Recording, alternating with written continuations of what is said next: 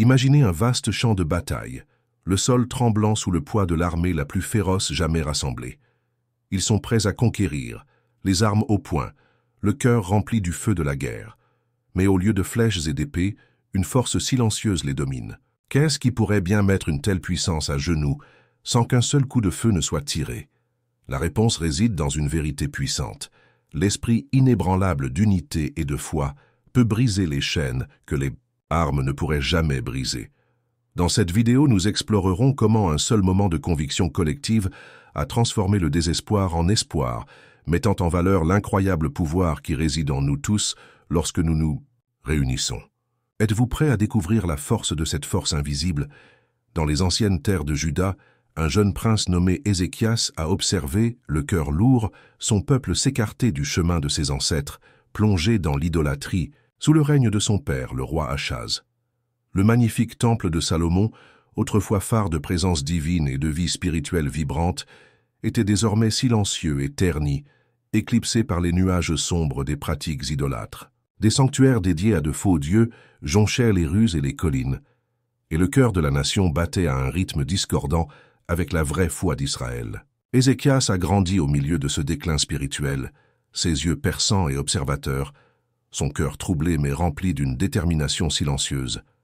Fils du roi Achaz, il était secondaire par rapport au trône dans la lignée, mais portait un inconfort bouillonnant face au statu quo. Il se retrouvait souvent à réfléchir aux contes du passé, aux histoires chuchotées par les restes des fidèles, aux récits des hauts faits que Dieu avait autrefois accomplis pour Israël, sous la direction de personnages imposants comme Moïse et David. La flamme de la foi a vacillé en lui, allumée par ces histoires, nourrissant une résolution naissante de restaurer la gloire du culte de Dieu dans sa nation. À la mort d'Achaz, Ézéchias monta sur le trône de Juda. Le royaume attendait la direction de ce nouveau souverain, incertain des changements que son règne pourrait annoncer. Avec la couronne placée sur sa tête, Ézéchias a confirmé sa détermination à initier le changement, à purifier son pays du malaise spirituel. Son premier décret en tant que roi fut un acte inattendu, mais audacieux, la réouverture du temple de Salomon. Les portes, ensevelies dans la poussière et dans la négligence, s'ouvrirent en grinçant sous l'ordre du jeune roi, signalant le début d'une ère de renouveau. Ézéchias a mené une campagne, sans relâche dans son ambition, pour purger l'idolâtrie qui avait pris racine dans son royaume. Les autels des dieux étrangers ont été démolis, les poteaux d'Achéra ont été brisés, et les pierres sacrées ont été démolies. Faisant écho à la ferveur de ses ancêtres spirituels, Ézéchias reflétait le zèle d'un jeune David, la foi intransigeante de Moïse et l'obéissance d'Abraham. Il a ancré ses réformes dans les lois divines, s'appuyant méticuleusement sur les Écritures et recherchant la sagesse divine par la prière et la consultation des prophètes. La base de Juda a commencé à frémir avec ce réveil spirituel, alors que les prêtres reprenèrent leurs fonctions, que des sacrifices étaient faits en signe d'expiation sincère et que les mélodies des psaumes résonnaient à nouveau sur les murs du temple, leurs notes transportant une dévotion renouvelée dans le cœur des gens. Le culte fut rétabli, fondé sur l'assurance que le retour à leur Dieu garantirait leur statut de nation et la faveur divine. Au milieu de cette résurgence de la foi, la menace imminente de l'Empire assyrien jette une ombre longue. Les murmures de l'avancée des forces se répandirent, accompagnés de récits sur leur puissance et leurs conquêtes passées, semant des graines de peur, alors même que la foi s'épanouissait à nouveau. Ézéchias, conscient du danger imminent, prépara son peuple non seulement à la guerre, mais aussi à un champ de bataille spirituel où leur foi serait mise à l'épreuve. Jérusalem, qui résonne désormais de prière et de repentance, est devenue une ville en alerte, un mélange de renouveau spirituel et de préparation militariste en suspens. Ézéchias a placé sa confiance fermement dans le Seigneur, demandant protection et délivrance contre la menace assyrienne qui approche. Pourtant, il ne s'appuyait pas uniquement sur l'intervention divine, il fortifia les défenses de la ville, répara ses murs et élargit l'approvisionnement en eau pour résister au siège prévu, préparant son peuple à une épreuve d'endurance à la fois physique et spirituelle. Les rues bourdonnaient d'une attente électrisante, prise dans la double réalité de la peur et de la foi. Malgré les avertissements prophétiques d'un grave danger, alimentés par les récits de prouesses assyriennes, Il y avait un défi palpable parmi les habitants de Jérusalem, enhardis par la piété de leur roi et ses réformes résolues. La ville retenait son souffle, attendant le déroulement de ce que dirait la prophétie. De l'horizon, l'armée assyrienne approchait avec une effroyable symétrie, une légion de guerriers connus pour leur efficacité impitoyable et leur puissance inflexible. Leur réputation les précédait, un écho de terreur qui frappait, le cœur de chaque nation qui osait s'opposer à leur puissance. Les Assyriens étaient bien plus qu'une simple force militaire. Ils étaient un symbole de dévastation calculée, des maîtres de la guerre psychologique dont la seule présence pouvait saper l'esprit des défenseurs les plus inébranlables. Les Assyriens ne se contentèrent pas de conquêtes physiques. Ils ont mené une guerre psychologique qui a précédé leurs véritables incursions. Les ennemis étaient démoralisés avant que la première flèche ne décolle, succombant à la peur bien avant le choc des épées. Ils savaient semer la discorde et susciter la panique parmi les populations assiégées. L'idée de rencontrer leurs engins de siège, ces engins monstrueux capables de briser les portes les plus solides et les murs les plus fortifiés, suffisait à semer la terreur dans le cœur même des défenseurs les plus courageux. Alors qu'ils se rapprochaient de Jérusalem, la terre trembla sous le poids de leur nombre.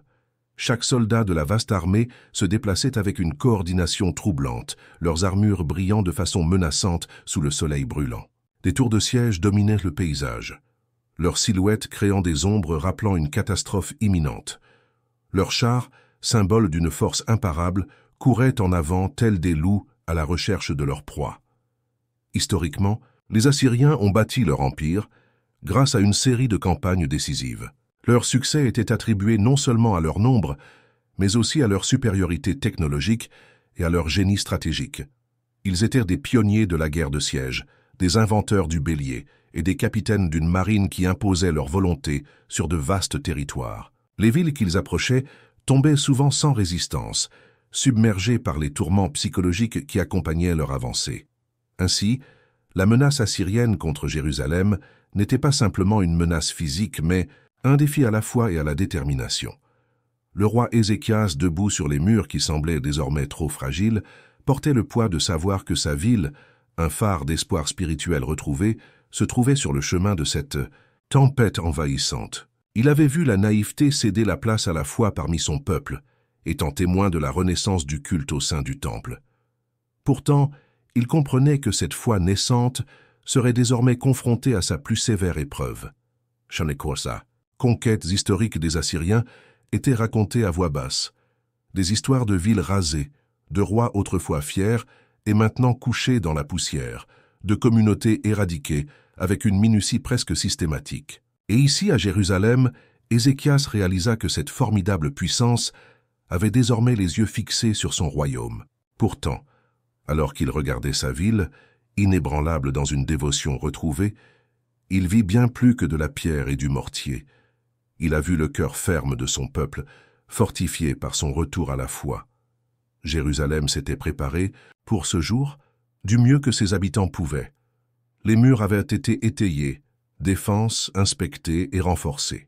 Cependant, aucune préparation physique ne pouvait éteindre la peur que suscitait la simple mention de l'armée assyrienne. Leurs tactiques étaient bien documentées, leurs inventions inégalées, leur ténacité oscillant sur un acharnement irraisonné. Ils n'aurèrent de repos que lorsque Jérusalem serait à leurs pieds, ou qu'ils en seraient expulsés par des moyens insondables. Pourtant, se mêler à la peur était une détermination tranquille. Ézéchias avait mené une résurgence de la foi, un retour à l'alliance divine qui, selon lui, protégerait Jérusalem même à l'approche des Assyriens. Des histoires de délivrance passées circulaient parmi le peuple, des anecdotes d'intervention miraculeuse de Dieu qui semblaient suggérer qu'il n'y avait plus qu'un simple espoir. Elles suggéraient une promesse. L'endurance d'une ville soutenue non seulement par la pierre et la lance, mais aussi par l'esprit et la prière, commença à se former. Les Assyriens ont peut-être été imparables lors de leur conquête passée, et leur approche peut encore sembler annonciatrice d'une destruction inévitable. Mais Ézéchias restait déterminé, sachant que la bataille pour Jérusalem n'était pas seulement une bataille de cette terre, mais aussi une bataille de la foi. Ils ne défendaient pas simplement leur maison. Ils tenaient une promesse, plus ancienne que n'importe quel royaume. L'histoire a montré la puissance de la machine de guerre assyrienne, une machine qui a mis à genoux de nombreuses nations. Mais face à cette formidable menace, Jérusalem, sous la direction déterminée d'Ézéchias, témoignait de la croyance persistante en une puissance supérieure. Les gens se sont tournés vers leur passé, ont adopté leur héritage et ont renforcé leur détermination. Pourtant, les Assyriens approchaient, la nuit pleine de potentiel de chaos et de délivrance. Jérusalem résonnait avec une tension presque tangible. Le souffle de la ville semblait retenir en prévision de la force assyrienne écrasante qui se profilait à proximité. Le roi Ézéchias, cependant, n'était pas homme à attendre sans rien faire que le destin décide de l'avenir de la ville. Son approche était à la fois pratique et profondément enracinée dans la foi, visant à renforcer à la fois la force spirituelle et matérielle de son peuple. Conscient du défi monumental qui l'attendait, Ézéchias a mis en œuvre une stratégie de défense globale qui trouvera un écho tout au long de l'histoire. Sous sa direction déterminée, les défenses de Jérusalem subirent une transformation notable. L'un des projets les plus importants d'Ézéchias était l'amélioration des fortifications de la ville. Il a reconnu que les murs de Jérusalem devaient être plus que symboliques. Ils devaient constituer des remparts résistants contre la puissance physique de la machine militaire assyrienne.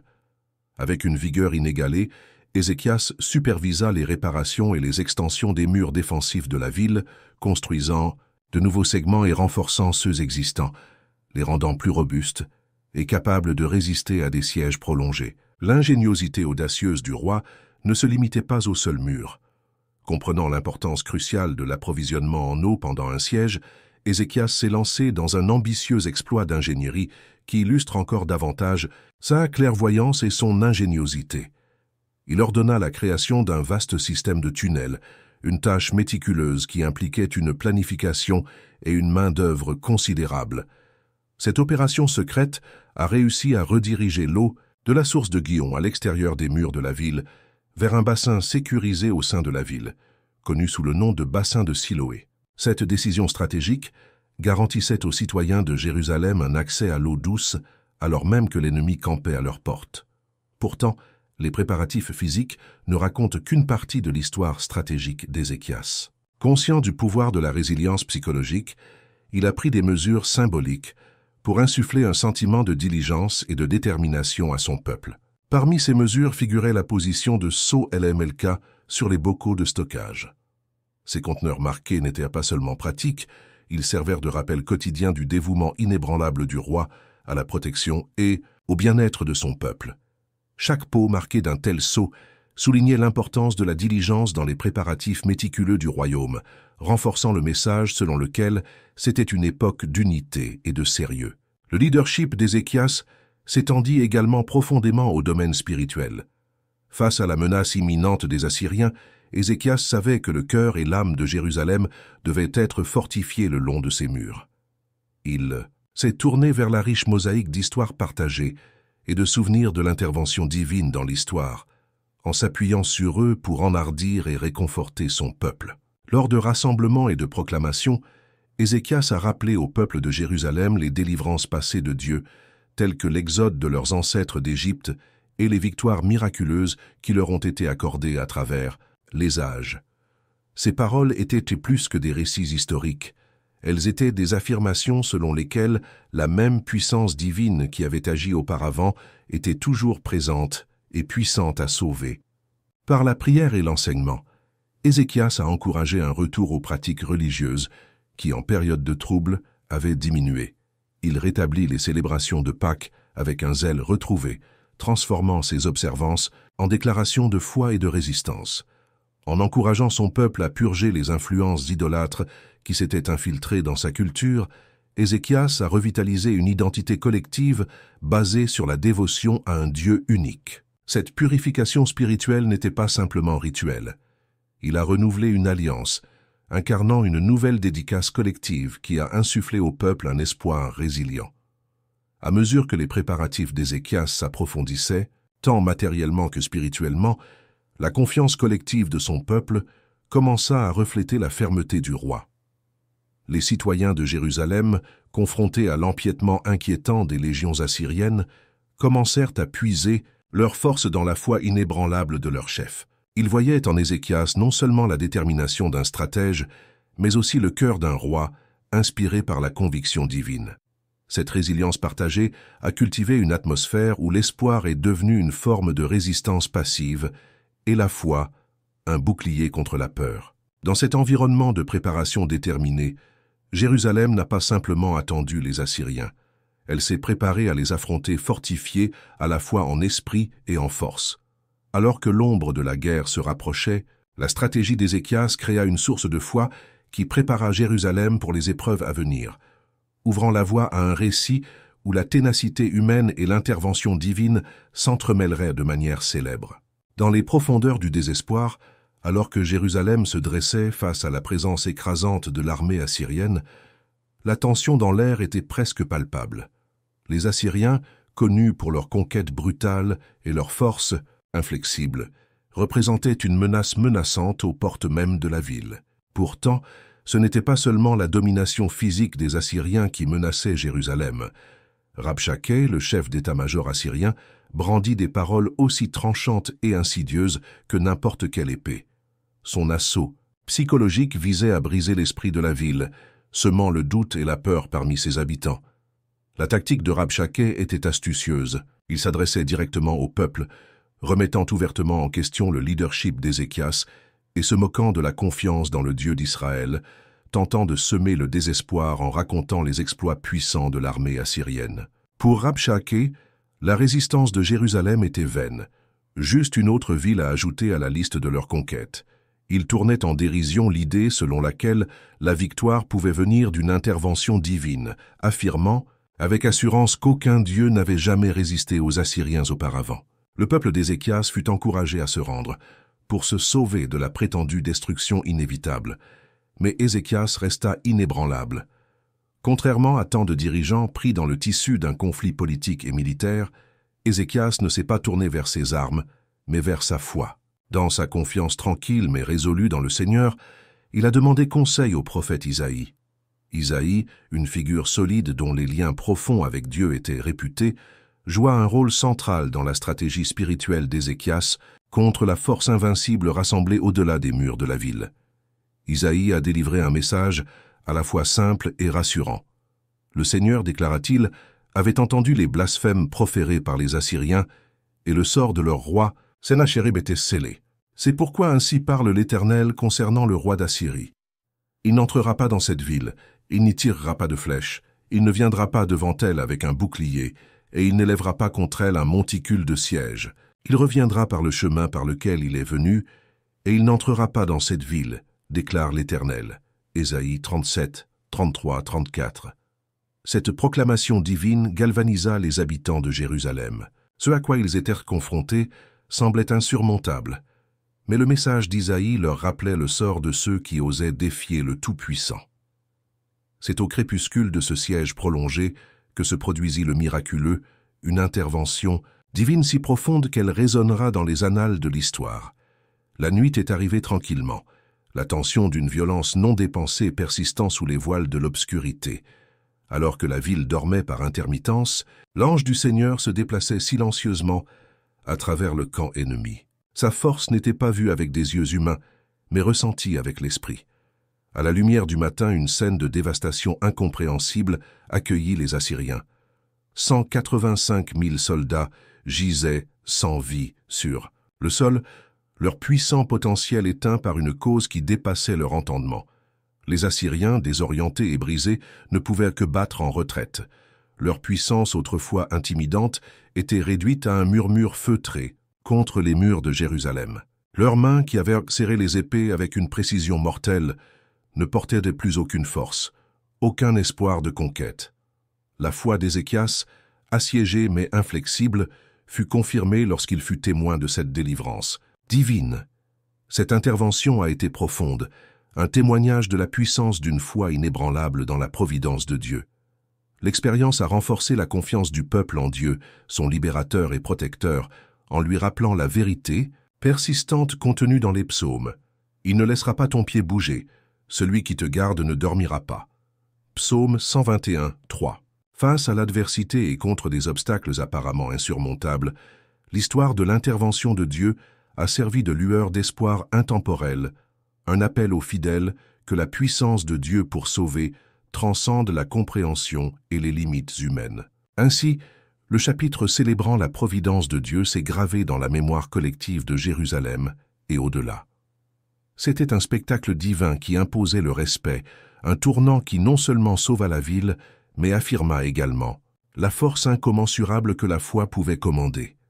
Dans les cœurs humbles de ceux qui ont été témoins, et dans chaque récit, cela a établi un rappel éternel. Aucune force humaine, aucune parole trompeuse ne pourra jamais tenir ferme contre la volonté et la puissance du divin.